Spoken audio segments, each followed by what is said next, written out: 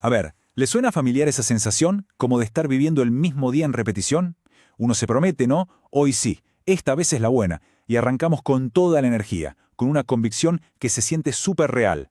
Pero, ¡puf!, sin darnos cuenta, unos días o semanas después, estamos exactamente en el mismo lugar, viendo cómo se fumaron todas esas buenas intenciones.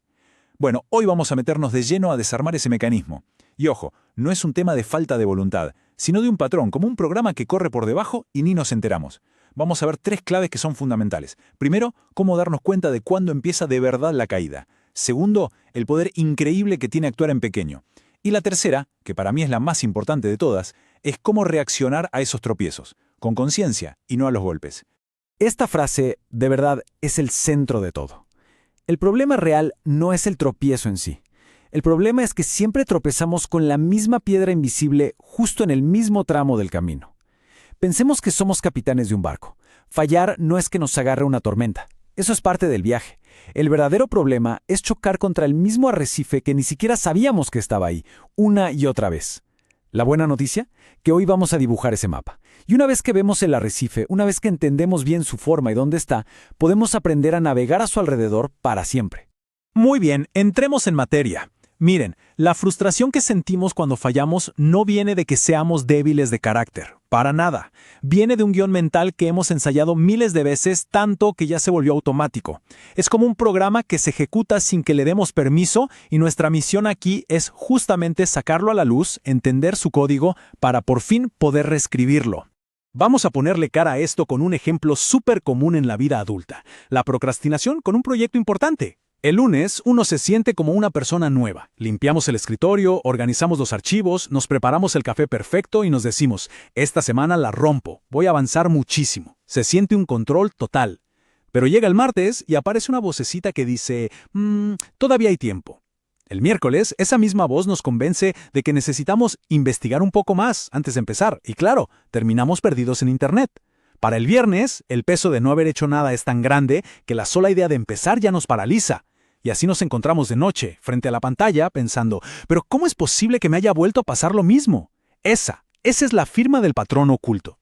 Este es el guión, tal cual, paso a paso. 1. Nos esforzamos. Usamos toda nuestra energía en un arranque de o todo o nada. 2. Nos cansamos. La fuerza de voluntad es como un músculo y se agota. A esto se le llama fatiga de decisión. 3. Buscamos relajarnos. Es una necesidad totalmente normal. Hay que recargar baterías. Pero aquí es donde el guión nos tiende una trampa. 4. Nos excedemos. Nuestro cerebro, ya agotado, busca la recompensa más rápida, la más fácil, el pico de dopamina más intenso que encuentre. Y la relajación se convierte en evasión. Ya no es ver un videíto, es perderse 3 horas en un agujero de contenido. No es tomarse un descanso, es abandonar por completo lo que estábamos haciendo. 5. Nos sentimos mal. Y ahí aparecen la culpa, la vergüenza, ese crítico interior que todos tenemos. Y 6. Volvemos a empezar, jurando que la próxima vez seremos más fuertes. Pero en realidad, empezamos con menos energía y con la carga del fracaso anterior, preparando todo para que el ciclo se repita una vez más. A ver, si el ciclo es tan evidente, ¿por qué es tan pero tan difícil salir de él? La respuesta que nos sale natural es necesito más disciplina o tengo que ser más duro conmigo mismo. Pero eso, la verdad, es como intentar arreglar un error de la computadora golpeando la pantalla. Simplemente no funciona porque estamos atacando el síntoma, no la causa real. La raíz del problema está escondida en un lugar que hemos estado ignorando por completo. Ok, antes de seguir, tenemos que aceptar esto de una vez por todas. Caer es parte del proceso. Nadie aprende a andar en bicicleta sin caerse unas cuantas veces. Nadie aprende un idioma nuevo sin equivocarse. La expectativa de ser perfectos es, en sí misma, la primera gran trampa. Nos prepara para la frustración y para tirar la toalla. El acto de ceder, de caer, no es el verdadero fracaso. Y aquí es donde todo hace clic. Este es el gran descubrimiento. Siempre pensamos que la caída, el fracaso, pasa en el paso 4, ¿verdad? Cuando ya nos excedimos. Creemos que el problema es haberse comido esa pizza entera o haber perdido toda la tarde sin hacer nada. Pero, ¿saben qué? No es así. Para nada. La batalla real se pierde mucho, pero mucho antes. El patrón no arranca con una acción, no. Arranca con un pensamiento. La caída, la verdadera caída, empieza en el silencio de nuestra mente con una sola frase que encima parece súper inofensiva. Entonces, nuestra primera misión es convertirnos en una especie de arqueólogos de nuestros propios pensamientos. Tenemos que aprender a identificar esas frases de permiso que nos damos. Un ejercicio súper práctico. Lleven un pequeño diario, pero no para juzgarse, sino para observar. Durante una semana, cada vez que sientan la tentación de romper su propósito, simplemente anoten el pensamiento exacto que les cruzó por la mente justo antes. Se van a sorprender de lo repetitivos que son. Estos dos son los sospechosos de siempre, pero hay muchísimos más. El mañana empiezo, que es un nuevo día. El bueno, ya arruiné la dieta hoy, así que ¿qué más da? O el he trabajado un montón, necesito una distracción. Estos pensamientos son como pequeñas grietas en un dique. Parecen insignificantes, pero son el punto exacto por donde la presión empieza a filtrarse. Aprender a reconocerlos, no como una verdad, sino como una señal de alerta, es la habilidad más crucial que podemos desarrollar. Es nuestro sistema de alarma temprano. Bien, una vez que suena esa alarma, una vez que detectamos el pensamiento grieta, la clave es actuar de inmediato. No cuando la tentación ya es un monstruo gigante, sino cuando es apenas un susurro. La estrategia no es la resistencia heroica, es la intervención temprana. Se trata de tener un pequeño plan de emergencia para esos momentos de tentación.